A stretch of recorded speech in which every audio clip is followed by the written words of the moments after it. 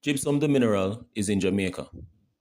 Here I'm going to discuss some of the uses and benefits, specifics relating to the site observation, as well as some insight relating to the geology that's responsible for the occurrence of these minerals.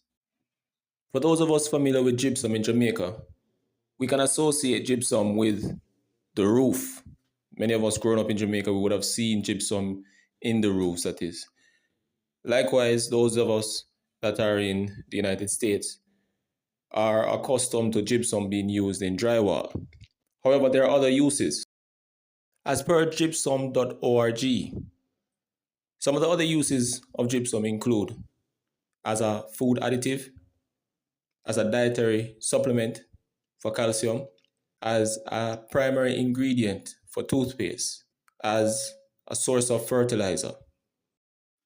As I take in these uses of gypsum, when I look at it in reference to Jamaica, what I can see or how I can see Jamaica benefiting from this mineral on a wide scale is through agriculture. Site specifics in relation to my field observation of gypsum and insight relating to the geological history specific for the occurrence of gypsum. Site 1 is located in Dallas Constitution Hill, St. Andrew. This area has an elevation above 400 meters relative to sea level.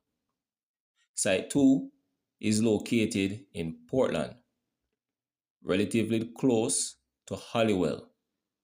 This area has an elevation of approximately 800 meters above sea level. For both sites, the gypsum was observed as approximately 1 to 2 inches thick beds sandwiched between rocks that appear to be fine-grained and volcanic in nature. The distance between both sites is approximately 20 to 25 kilometers.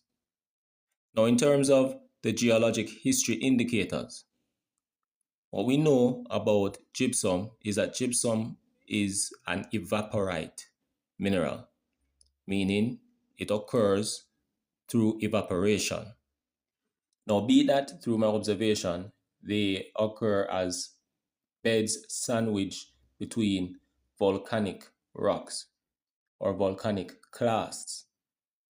My interpretation is that the environment is underwater and there would have been magma spewing out into the water, and through a degree of contact between the magma slash lava and the water, what then happened is the lava flow cooled, or in the process of cooling, it then leads to evaporation and, as such, precipitation of what is observed as the gypsum mineral.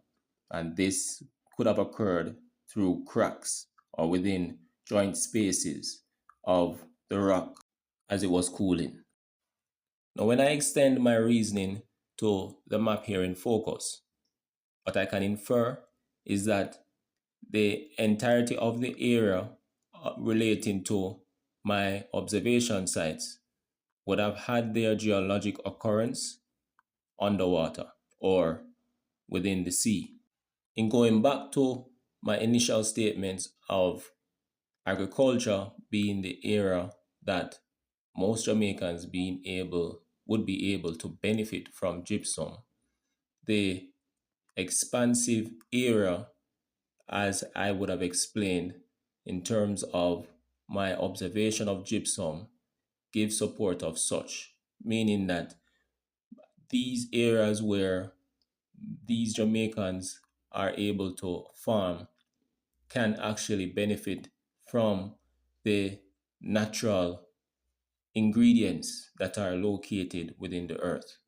As gypsum breaks down, calcium and sulfur can be released into the soil, and the roots of the plants can then take up these minerals grow and provide the yield that the farmers can benefit from, as well as the overall public of Jamaica can benefit from.